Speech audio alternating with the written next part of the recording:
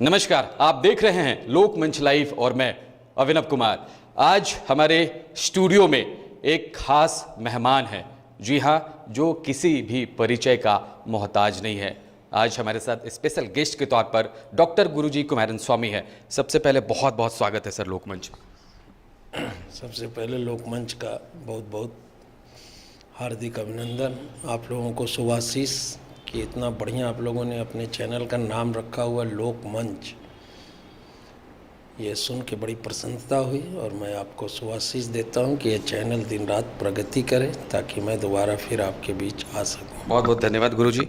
पहला सवाल मेरा ये रहेगा गुरुजी कि आज का जो परिदेश है, आज का जो वातावरण है, कहीं ना कहीं लोगों का जो मन है वो मानसिक संतुलन बिगड़ता हुआ जा रहा है। इसके पीछे क्या वजह मानते हैं? नहीं, इसके पीछे सबसे बड़ी वजह है कि आज की जो यूथ जनरेशन है वो सेल्फ सेंटर्ड हो गई है और उसके अंदर ज़रूरत से ज़्यादा एम्बिशंस हो चुका है। तो समाज की जो वैल्यू होती है वो वैल्यू को वो लगभग धीरे धीरे यूट्यूब देख देख के जो बताया जाता है वही ज्ञान सीख रही है, न कि अपने पुरातन ज्ञान को जो कि हमारे माँ बाप हमें सिखाते थे उसको सीख रही है। समाज में तो उसी तरह से परोसा जा रहा है, डिजिटाइजेशन का दौर है, उसी तरह से परोसा जा रहा है। ये आपका कहना एकदम सत्य है, लेकिन उस परोसने का जिम्मेदार कौन है? यूथ तो नहीं है। जब आप भौतिकवाद के प्रति भागेंगे तो सामाजिक मूल्य अपने आप खत्म हो जाते हैं। तो सामाजिक मूल्य खत्म हो जाएंगे। अगर एक स्वस्थ समाज नहीं रहेगा तो हम आप कैसे जीवित रह सकते हैं? अगर आज लोग माँ बाप की इज्जत न करें के वृद्धाश्रम के कल्चर को फॉलो करें तो उनके बच्चे भी वही करेंगे। कहीं ना कहीं वो तो चल ही रहा है। चल ही रहा है ना, तो वो तो करेंगे ही। तो ये सर्वविदित है कि इतिहास अपने आप को दोहराता है। तो अगर हमारे यूथ अपनी पुरातन परंपरा को निभाना चालू कर दें तो समाज अपने आप सही हो जाएगा। नहीं, चूँकि ये यूथ की तरफ से, चूँकि मैं भी इंटरेक्शन मेरा होते रहता है यूथ के बीच में, और मैं भी एज ए यूथ के तौर पर ये होता है कि अब समय चेंज हो रहा है, वातावरण चेंज हो रहा है। हम 2023 में हैं और इस समय हम पुरानी बातों को, पूर्वजों की बातों को, ये सब मॉडर्नाइजेशन का दौर है, उस तरह से जिए ना। आज दुनिया के सबसे विकसित जो साइंस सिस्टम है वो नासा कहा जाता है। नासा किसको फॉलो करता है? हमारे प्राचीन ग्रंथों को। नासा का नाम भी हमारे ग्रंथों के हिसाब से ही रखा गया। आज कोई भी सैटेलाइट छोड़ी जाती है बिना मुहूर्त देखे नहीं छोड़ी जाती है। तो ज्ञान वो कहाँ से लेता है? हमारे प्राचीन पद्धति को ही फॉलो करता है। नहीं तो इतना विकसित होने के बाद उसको मुहूर्त देखने की क्या ज़रूरत है? लेकिन फिर भी देखता है। तो हमारे अपने यूथ अगर अपनी परंपरा को एक लेगेंसी, जिसको एक फैमिली की लेगेंसी कहते हैं, सपोज करिए कि कोई भी एक फैमिली है, उसका एक लेगेंसी होता है, उसको अगर वह परंपरा को आगे लेके नहीं जाएगा तो उसके होने वाले बच्चे कैसे लेके जाएंगे? तो उसको तो फॉलो करना पड़ेगा। अगर हम धारा के विपरीत बहना चालू कर दें तो हम स्वतः मंजिल तक नहीं पहुंच सकते हैं, और धारा के साथ अगर हम बहते रहेंगे तो मंजिल तक पहुंच जाएंगे। सेम वही सिस्टम फॉलो करना चाहिए। समाज में गुरुजी विभिन्न जाति धर्म के लोग रहते हैं, सभी धर्म एक ही चीज़ सिखाता है, ठीक है, वो पीस की बात होती है। लेकिन फिर भी विभिन्नताएं क्यों हैं समाज के बीच में? धर्म को लेकर या प्रजाति को लेकर बहुत सारी चीज़ें सामने निकल कर आती है, लेकिन सीख तो एक ही मिलती है ना। देखिए, अपने अपने स्वार्थ के लिए लोगों ने समाज को विभिन्न विभिन्न आकार प्रकार में विघटित कर दिया। ईश्वर हमें पैदा करता है, कोई वर्ण व्यवस्था के तहत नहीं पैदा करता है। अगर वर्ण व्यवस्था के तहत पैदा करता तो आज अरबों साल पहले जो इंसान पैदा हुए हैं उनके भी फिंगरप्रिंट आज के इंसान से नहीं मैच करते हैं। उससे बड़ा साइंस तो कुछ नहीं है। किसी इंसान की आई की रेटिना भी किसी से मैच नहीं करती है। तो इससे बड़ा साइंस तो कुछ भी नहीं है आज के डेट में, और हम उसको फॉलो नहीं करते हैं। हम क्या सोचते हैं कि हमने थोड़े से पुस्तक पढ़ लिए तो हम सबसे बड़े ज्ञानी हो गए, लेकिन जो हमारे अनुभव होते हैं, जो हमारे माता पिता पूर्वज हमें दे के जाते हैं, वो किताबी में नहीं मिलते हैं, किताबी ज्ञान नहीं हो सकता है।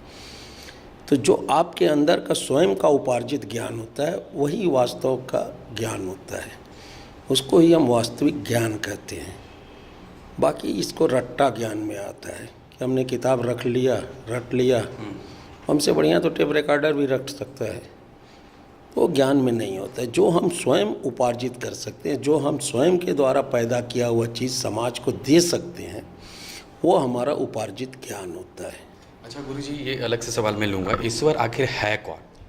देखिए, ईश्वर एक अनुभूति है। अब है कौन, अब मुर्गी आई पहले कि अंडा आया, उस सवाल पे आप जाएंगे। तो ईश्वर एक अनुभूति है, वो अनुभव करने की चीज़ है। देखने के लिए वैसी दिव्य दृष्टि हमें चाहिए जो कि संभव नहीं है। तो जैसे हम हवा को देख नहीं सकते, महसूस कर सकते हैं, वैसे ईश्वर है। और उसको और भी सरल शब्दों में आप समझ सकते हैं तो ईश्वर एक आत्मा है जो हमारे अंदर ही महसूस है।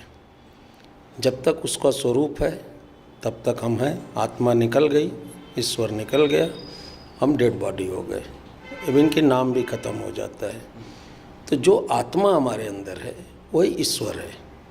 सरल शब्दों में आप इसको आसानी से समझ सकते हैं, जो कि लोगों को डाइजेस्ट भी हो सकता है। आस्तिक और नास्तिक के भी तो आस्तिक और नास्तिक, देखिए जो सबसे बड़ा नास्तिक होता है वही सबसे बड़ा आस्तिक होता है। कैसे? देखिए, जो आदमी ये बोलता है कि मैं भगवान को नहीं मानता हूँ, ठीक है, वो सिर्फ दिखाने के लिए बोलता है, अंदर से वो सबसे बड़ा आस्तिक होता है। हमारा ये पर्सनल अनुभव है कि जो बोलता है कि मैं नास्तिक हूँ, वो सबसे बड़ा आस्तिक होता है। आस्तिक में भी आस्तिक बोलता हो लेकिन नास्तिक हो सकता है, लेकिन नास्तिक कभी नास्तिक नहीं हो सकता है, वो आस्तिक ही रहेगा। जैसे हम धर्म परिवर्तन करना चाहें तो कभी भी हम वास्तव में नहीं कर सकते हैं, इसलिए कि एक तो हमारा जो बाई ओरिजिन है वो अंदर से फाइट करता रहेगा, वो कभी निकल नहीं सकता है। जैसे हम बचपन में जिस घर में पैदा हों, लाख हम कोशिश करें कि उसकी मेमोरी हमारे अंदर से गायब हो जाए, गायब नहीं हो सकती है, वो रहेगा ही रहेगा। वैसे ही ईश्वर को सबका अधिकार है बराबर मानने का। और ईश्वर इसीलिए किसी में भेदभाव नहीं करता है। ईश्वर के लिए हर प्राणी, चाहे वो मानव हो चाहे पशु पंक्षी हो, सबको वो बराबर नज़र से देखता है और एक साथ सबकी देखभाल करता है। अच्छा, धर्मांतरण पर आना चाहेगा, एक बहुत ही बड़ा विषय है पूरे देश के तौर पर। अगर ले एक मूवी भी केरला स्टोरी आई, बखूबी आप जानते होंगे। क्या है ये धर्मांतरण, और बहुत तेज़ी से फैल रहा है पूरे देश की बात करें, कहीं चाहे झारखंड की बात कर ले या साउथ की बात कर ले, ये धर्मांतरण बहुत तेज़ी से बढ़ रहा है। क्या इसके पीछे रीज़न मानते हैं और कैसे इसमें सुधार लाया जा सकता है? देखिए, धर्मांतरण तो हमारे विचार से लोगों के अलग अलग विचार हो सकते हैं, लेकिन धर्मांतरण बहुत ही गलत चीज़ है। ईश्वर कभी किसी को धर्म बदलने की इजाज़त नहीं देता है। अगर कोई स्वेच्छा से आना चाहता है, स्वेच्छा से आना चाहे तो उसके पीछे भी भौतिकवादी होता है। तो धर्म हम क्यों बदलें? अगर हम धर्म बदलते हैं तो अपने माँ बाप को भी बदल देना। कोई इंसान बदलता है माँ बाप को? बिल्कुल नहीं। अगर कोई हिंदू किसी और धर्म में जाना चाहता है तो उस धर्म के माँ बाप को भी लेके आवे, या माँ बाप को पहले वो करे कि भाई आप इस धर्म को मानते हो ना, तो माँ बाप ने हमें इस दुनिया में लाया। लगता है कि बुद्धिजीवियों का बढ़ावा हो गया है कि वो इस तरह से कन्वर्ट कर लेते हैं, चाहे हिंदू हो, मुसलमान हो, ईसाई हो। कट्टरवाद का बढ़ावा है। कट्टरवाद एक तरह से है, और उनको ज़बरदस्ती फोर्स किया जाता है कि आप ये टारगेट करो, आपको ये चीज़ हम उपलब्ध कराएंगे। तो लोग भौतिकता के पीछे भाग रहे हैं, वो वास्तव में धर्म परिवर्तन नहीं है। नुकसान किसका हो रहा है? नुकसान मानवता का हो रहा है, नुकसान हमारे समाज का हो रहा है, मानवता का हो रहा है। इस भगवान ने एक ही धर्म बनाया, मानवता, ह्यूमैनिटी, जिसको आप सरल शब्दों में बोल सकते हैं। सबको उसका ही पालन करना चाहिए, न कि हमें हिंदू, मुस्लिम, ईसाई। आज देखिए सिया सुन्नी में कितनी मार होती है, जबकि दोनों मुस्लिम हैं। क्रिश्चियन में देखिए, प्रोटेस्टेंट सब अलग जाति है, पर लागू। सब पे लागू होता है। हमारे सनातन में तो ऐसा कुछ नहीं है। सनातन का तो मूलभूत सिद्धांत ही है कि पूरा संसार हमारा परिवार है। सर्वे भवन्तु सुखिनः, अगर सब सुखी हैं तो हम भी सुखी हैं, ये हमारा मूल सिद्धांत है। ठीक है, बहुत बहुत धन्यवाद। ये थे हमारे साथ गुरुजी और कई सारे सवालों का इन्होंने जवाब दिया है और ख़ासकर युवाओं को लेकर कई सारी बातें इन्होंने कही है।